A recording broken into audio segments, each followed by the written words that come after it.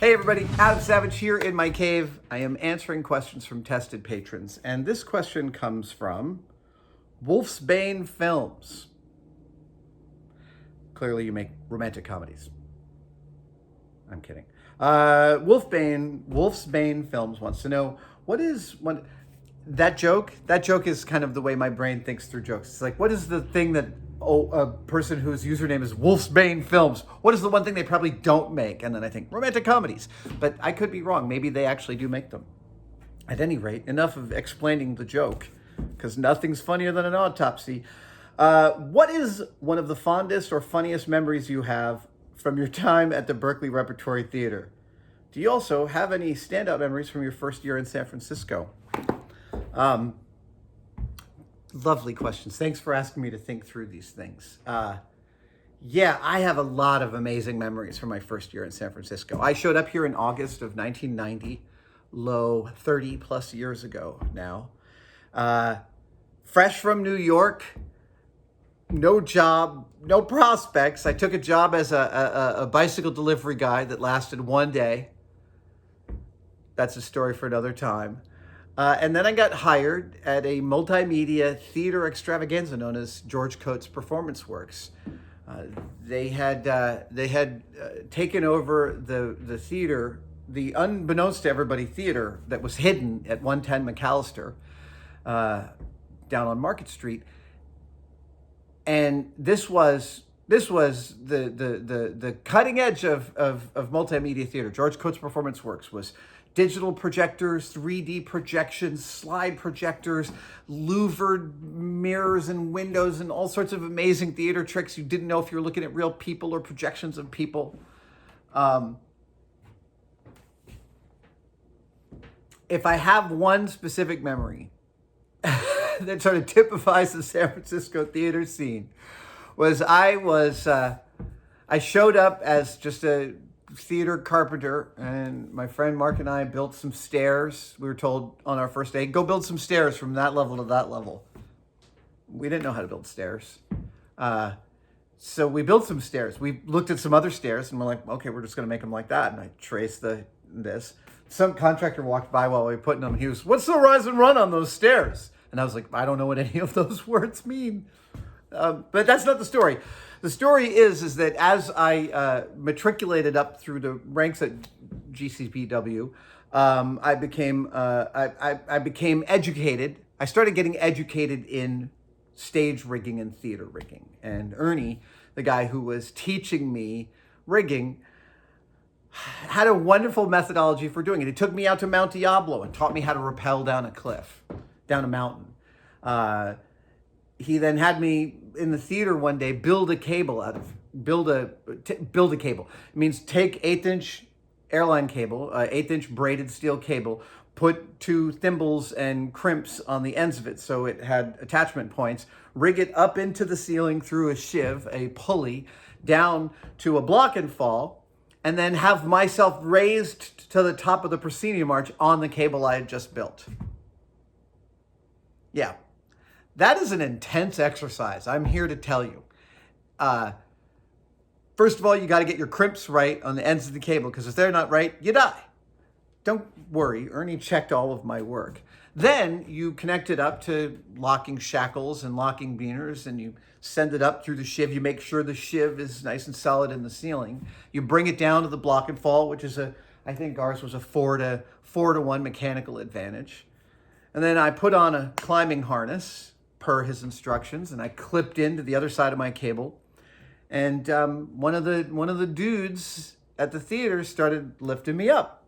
Nothing makes you think through a system like that faster than your life depending on it. I am sitting there, even just 2 feet off the ground. All of a sudden, I'm picturing this cable's good, that cable's good. I can see the connection. The shiv is not going to move. Okay, yeah, and just constantly rolling through it. This was an invaluable mental exercise, one I would repeat on Mythbusters on countless days. But it began at this theater. That was the first time I had made something that my life depended on and learned how to think through a rigging system. And so, also, I want to point out that when you're hanging from an 1/8-inch braided cable, do I have one here? Do I have one here? Hold on.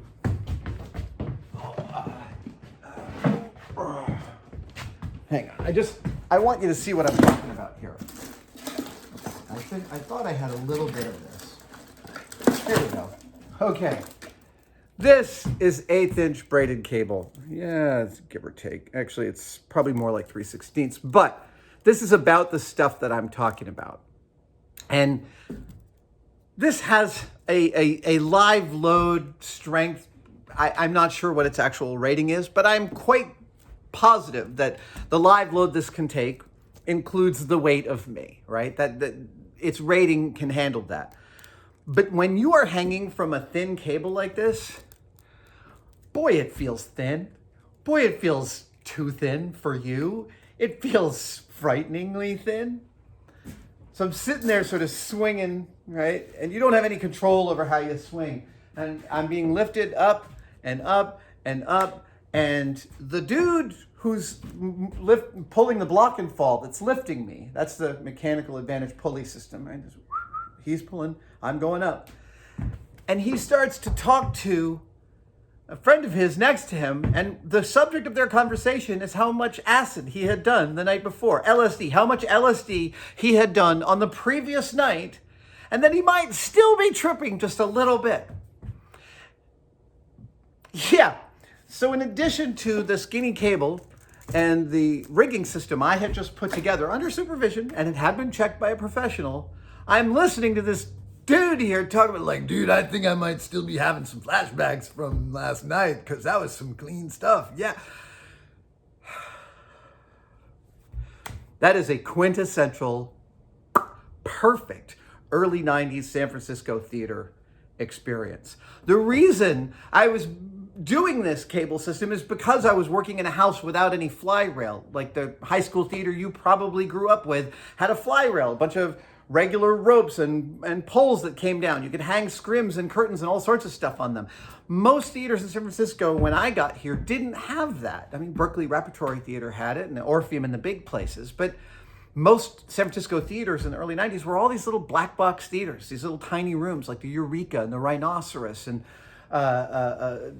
Project Artaud. Oh my God. Project Artaud, where it was just a bunch of steel beams across the top of this 46-foot high space. And in order to get to them, you had to climb this A-frame rickety ladder all the way to the beams and then hand over hand yourself out on these I-beams and then clip your harness in. Yeah, a lot of those early days of rigging was hairy, but it was fantastic training. It was perfect training for Mythbusters. Yeah, show me somebody who can think through a rigging system like that, and I can teach them a lot of different things, as Ernie taught me. And I'll be forever grateful, except for the dude who might still have been having flashbacks. That was the roughest patch of that escapade. But you asked about a Berkeley Rep story too, and I think I do have one from Berkeley Rep. The last show I worked on at Berkeley Rep was the first stage adaptation of Maxine Hahn Kingston's amazing book, Woman Warrior. And Woman Warrior is, it's an amazing book, and it includes a lot of ghosts. And so did the stage play. And ghosts move things around. So I built several pieces of remote controlled ghost equipment. There was a giant clothing press, because part of it takes place at a Chinese laundry, this clothing press that had its own will, and I built one out of wood that looked like a real clothing press, but it had a cam in it, so when you turned it on, it would sort of like go and sort of scoot itself across the floor.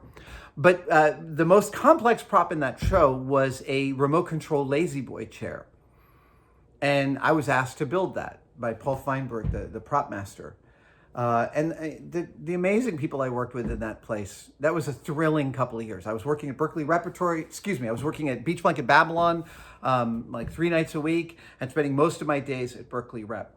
And around that time was when Jamie Hyneman heard about me and gave me a call. And so I was in Berkeley Rep's prop department welding together the base of this remote control lazy boy chair. I had purchased an electric wheelchair, and I had used remote control servos to be able to remotely drive it anywhere I want. It was my very first robot. And I got a call, and it was from Jamie Hyneman. He said, I heard that you're pretty good at making stuff. I'd love to have you come on in this week and show me a portfolio and see if I might be able to hire you. And I said, I was thinking, how perfect is this that I get to say these following words? And I said, I can't come in this week because I'm building a remote control lazy boy chair, but I can come in next week. And that might have helped seal the deal. I did go in the following week. Jamie offered me a gig on a Nike commercial, and my income doubled overnight. I went from the theater income, which at that point was like 11 or 12 bucks an hour, to commercial television, which was almost 20 bucks an hour. And yeah, I never looked back. I miss theater, and I still do a lot of theater. I've toured around the world. And theater is, as I point out to a lot of people, an incredible gateway drug to making, because the threshold to entry in a lot of theater is very low. And that means the ability one has in a theater to learn a lot of different skills is very high. I was lucky in my early days of theater to work with some incredible people at George Coates Performance Works, at Berkeley Rep, at Theater Rhinoceros, Eureka Theater, Beach Blanket Babylon, all those places. My colleagues from every one of those places has warm spots in my heart. Thank you for letting me relive some of these moments. That was an awesome question, and I hope my answer wasn't too long. Thank you, Tested members. Please keep submitting your questions, and I will answer them. I'll see you next time.